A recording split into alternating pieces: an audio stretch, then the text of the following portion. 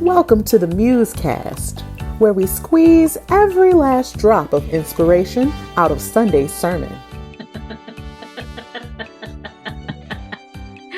I am going to tell on you, Dan Kent. What do you mean? Dan What did I Kent do? says, well, you're like on the count of three, and here we go. 1, 2, 3. You totally changed up the pace, cadence, all of it. Oh, but I'm here. I couldn't wait to start. That was the thing. I know. So you were so excited. It's excited. Muse Day. I want to get going. Day. It's a great day. Why fiddle around with proper counts? Let's just get into it. That's right. Well, happy Muse Day, everyone. Dan Kent right there. He's excited to be here. Shawna, Boren. I'm excited as well. A little less energetic than Dan, but that's okay. We're here. Yeah, tell me about that. So ready. Now, here's what I thought. What I thought was, we've been talking about MLK, and Greg mentioned this on Sunday, but I don't think a lot of people understand that we start thinking about MLK for next year, like really quick. Like we spend 6 months. We have a whole team that works on, what are we going to do? And so like part of that was, okay, well, Shawna is going to be the host and she's going to be part of this panel. And so in my head, that's sort of what I was expecting. And then instead of Shawna on Sunday, we get some bozo in a tweed jacket. And it's like, well, that's Greg. That's not Shawna. And so tell me, how come we got the plan B on Sunday instead of... I don't know if it's plan B. I think no one missed a beat and no one missed meat, and that's great. That's the way it's supposed to be. I I will say, even last weekend, when it was my turn to do the sermon, I had kind of been not feeling so great, but we talked about that on Saturday night. Like, what's the plan if you're not here? And I'm like, no, we're good. But did get it anyway. Going into too many details. So we're good to go. And then Monday, I kind of was feeling a little off, and I just thought, I'm just tired. And there was kind of that throughout the week. Like, I just wasn't feeling quite right, but I thought, I'm just tired and I have too much to do. So you just kind of keep going, right? And then Friday morning, when I woke up, I was just like, oh, this is what death feels like. And take me now, Lord, and make sure that all of my loved ones know how much I love them, because I feel awful. And anyway, it was not COVID, because that was my first thought. But anyway, I ended up having the lovely influenza, and literally it just like everything, my eyelashes, my every skin fiber, every muscle, everything hurt. Every muscle as well. Did not feel good. So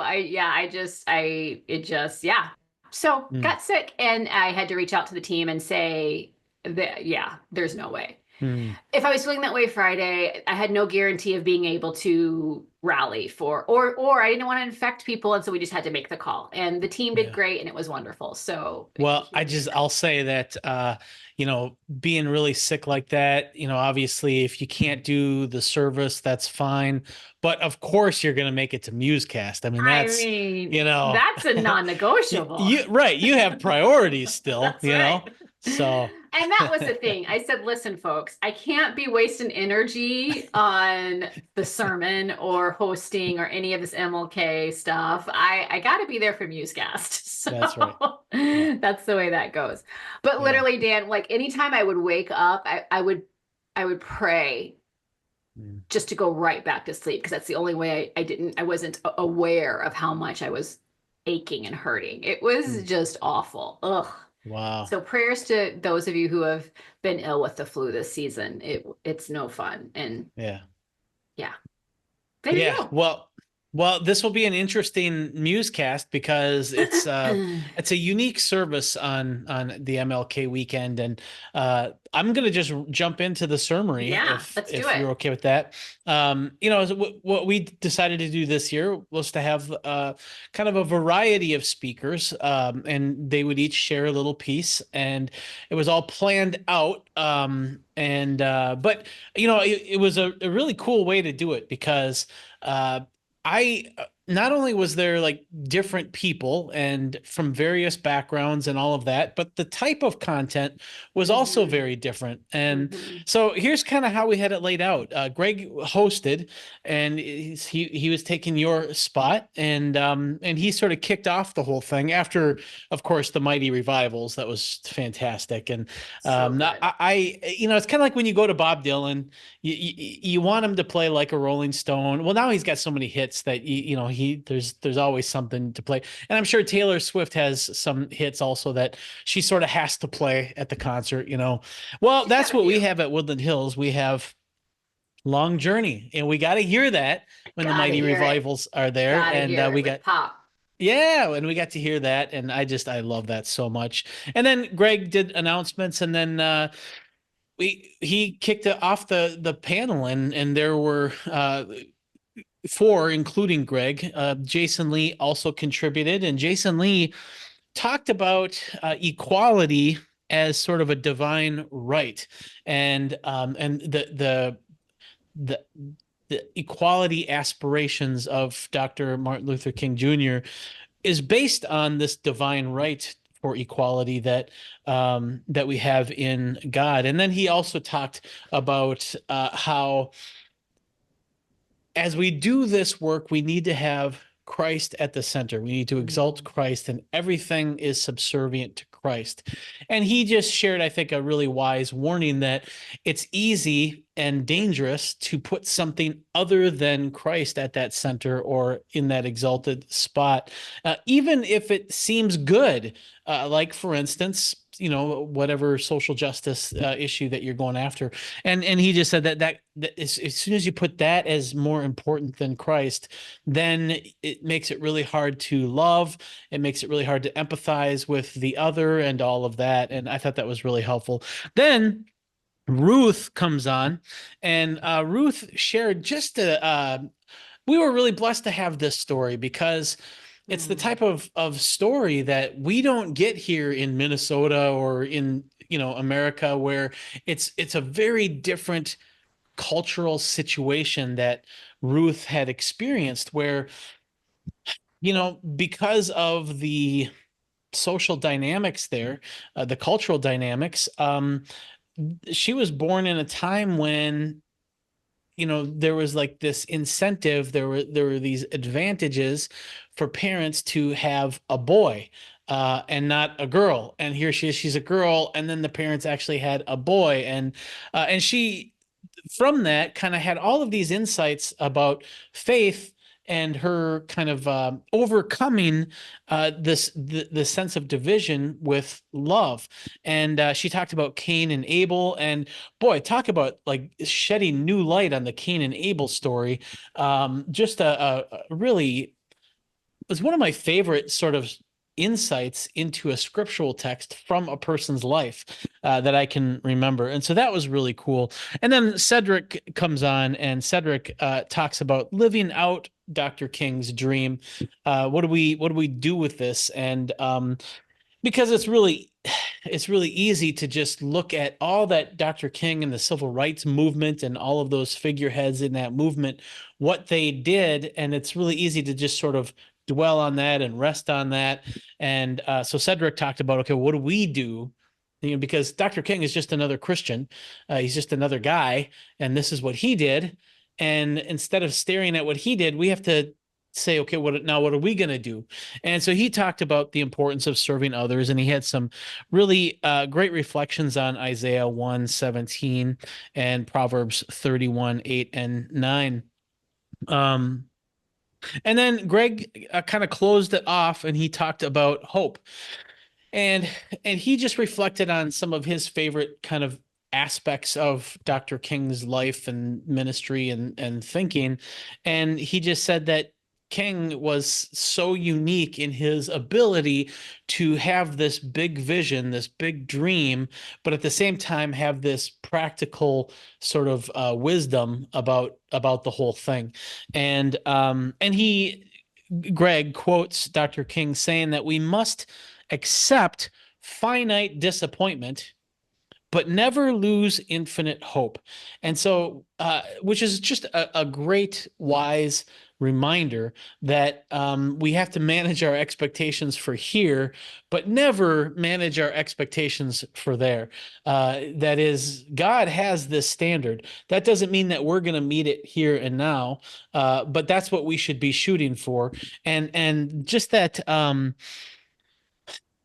Because I think, and this is just my own kind of adding on to this, but I feel like if you don't have that accurate expectation, when you're expecting that what's going to happen then is going to happen now, it leads to disappointment, hopelessness, despair, and those are the very things that actually get in the way of the glorious transformation that God wants for us. And then Greg just finished off the sermon by talking about our serve-a-thon, which is sort of a new thing. We've done read-a-thon or learn-a-thons before, but we haven't done a serve-a-thon yet. And I thought, in line with everything that Jason and Ruth and Cedric said, I think the serve-a-thon fits so nicely with that.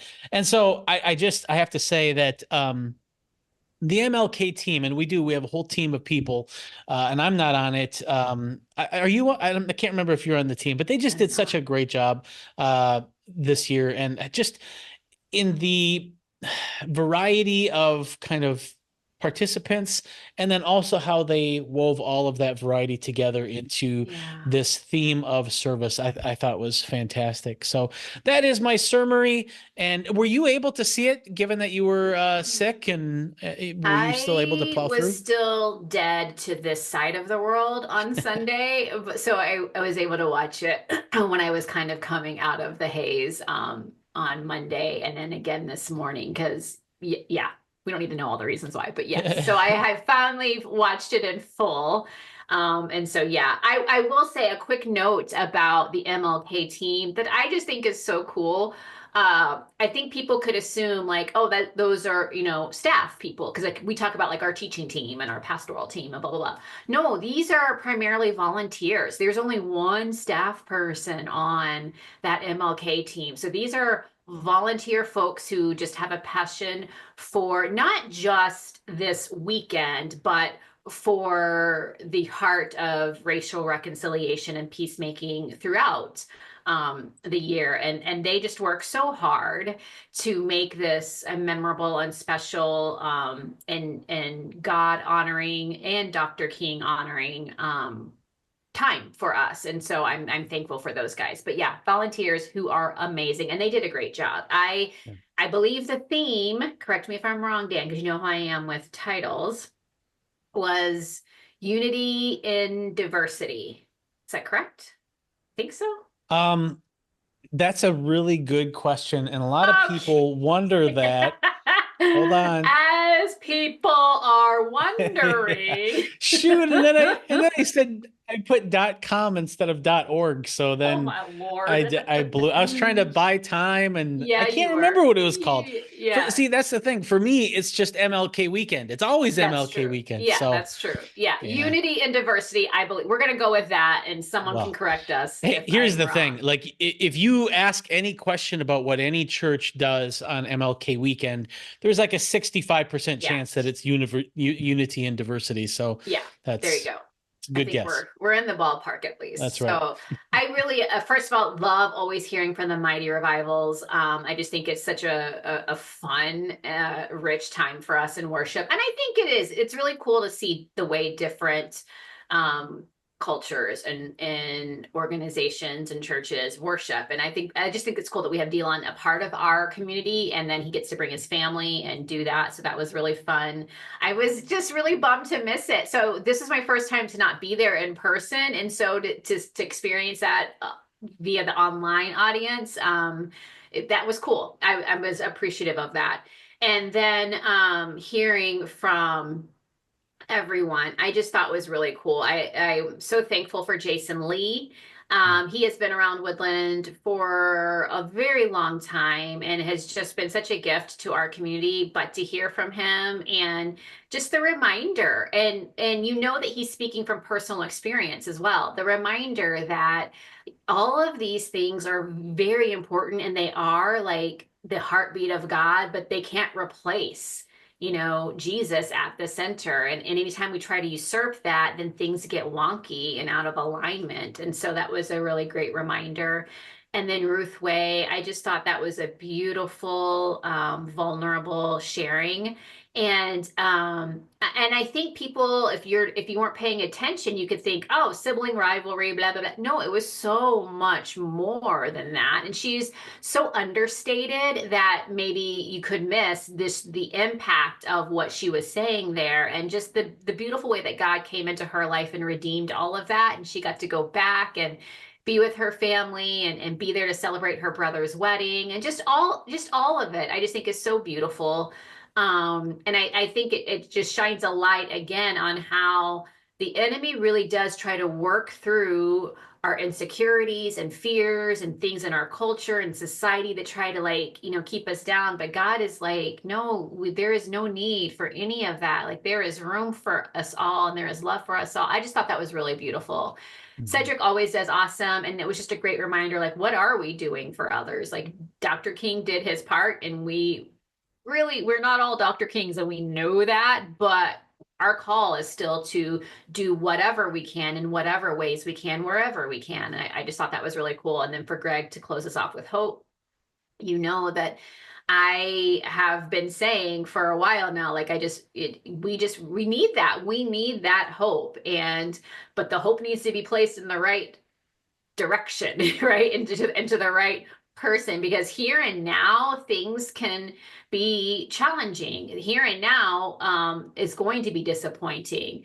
But what are we moving toward, and what is our hope in? Who is our hope in? And so I just thought that was a great reminder. So I am really thankful that as a church community, we take the time to reflect on these themes. And yes, we are honoring a man who walked this earth, right? Just a human, in Dr. King, who did amazing, incredible things. And I am so personally grateful for. But that man followed Jesus, and his heart and love of Jesus informed the way in which he went about his business on earth. And I just think that's really cool. Mm-hmm. Yeah, that's great. Awesome. Yeah, I have nothing to add about to that. Other than I think another great MLK weekend. And I think the only thing I have, well, I guess I want to save that for my nugget. So okay. I think that covers it for me. Okay, awesome. Well, we just want to thank everyone who put their heart and souls into this weekend, those of you who tuned in, and hey, a big encouragement to participate in the Learn-a-thon. No, don't, well, yeah, do that somewhere else. We're doing a serve-a-thon. And so, I see, I'm so glad. I knew one of us was going to screw that up, and I'm so glad it wasn't me, because I was so close, Shawna. I think I might even caught myself once, like mid-word, but yeah, it's tricky. It's a new thing. I'm still on meds, man. I'm still on meds. We are doing a new thing, a serve-a-thon. And so hop online on our website. There's some ideas, and that is not an exhaustive list, you guys. And also, you guys live all over the world. And so do what you feel called to do, but just do something. Consider others. Let's look outside of ourselves. That has kind of been the mantra of our family of late. Like, it doesn't matter what is happening out there. We are who we are because of who God says that we are, and we will behave and act and love and go forth and do that regardless of what is happening. So consider others and just look for ways to serve, and log hours, because it's not really about but it's just about us all coming together and doing this as a team, as a community, as a body of Christ. And so I encourage everyone to take part. I think it'll be very cool. Yeah, I agree. Yeah, this is fun. This is a new thing, and it'll be interesting to see how it goes. I think the goal is 200 hours or something like that.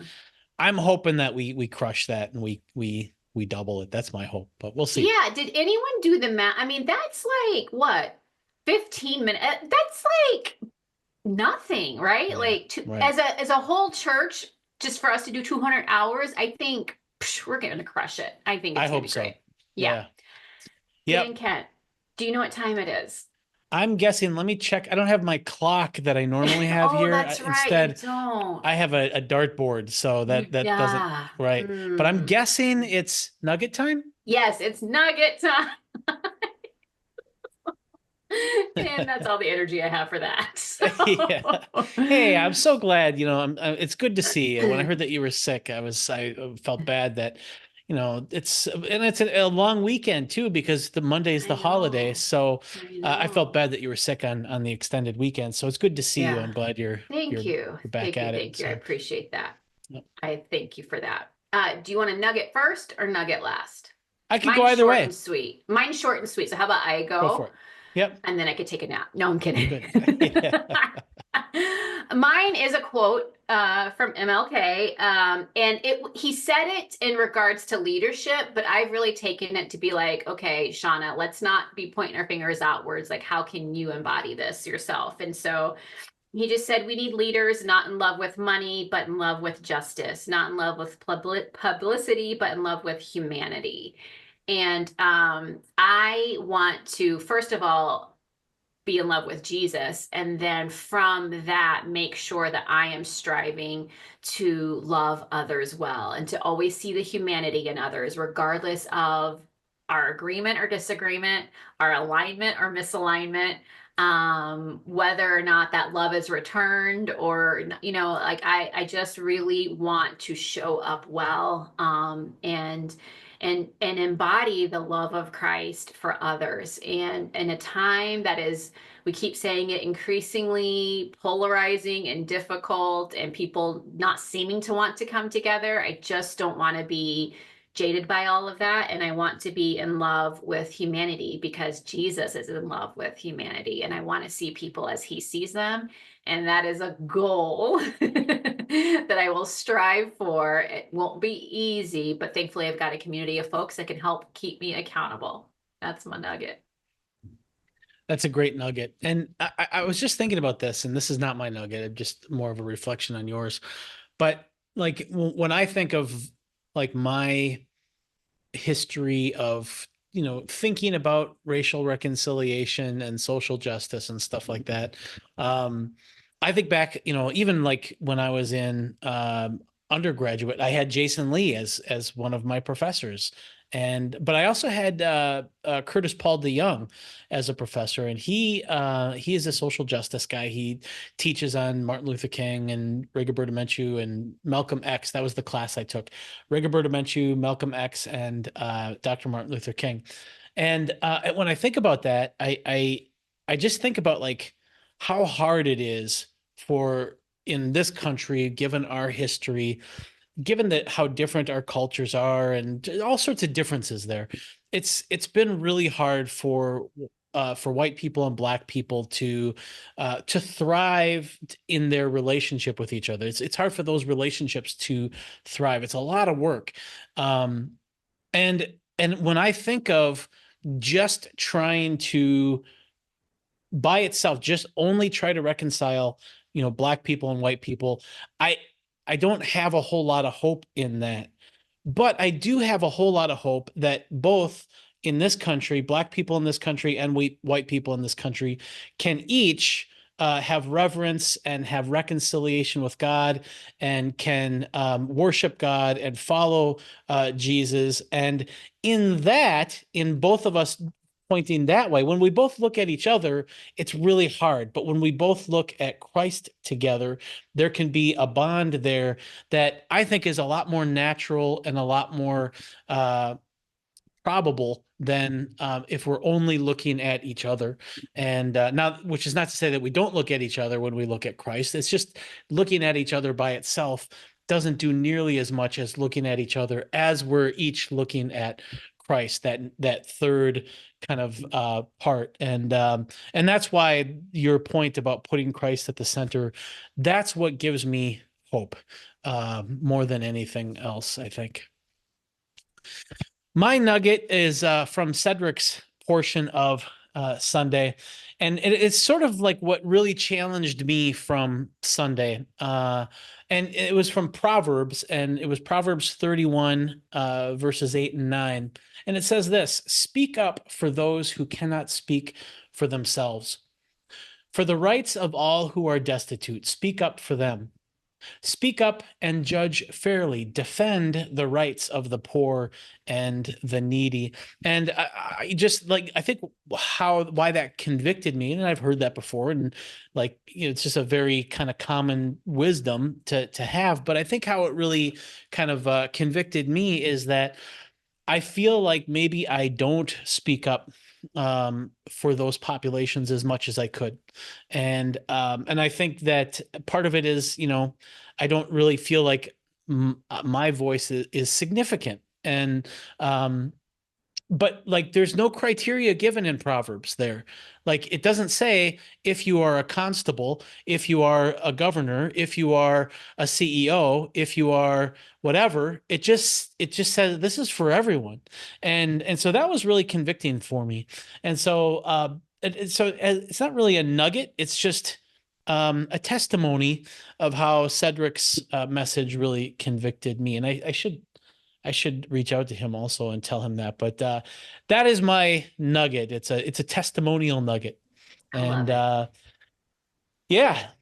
That was good, Dan. And what a great challenge and reminder. So thank you for sharing that as your nugget. And thank you to Cedric for bringing that to us. That was so good. Yeah, speak up. I love it. Well, folks, that's our show for today. We just want to thank you for being here. Thanks for engaging and chatting with us later on, sending in cues and comments. And if you want to continue to do so, Dan's showing you right now where to do that.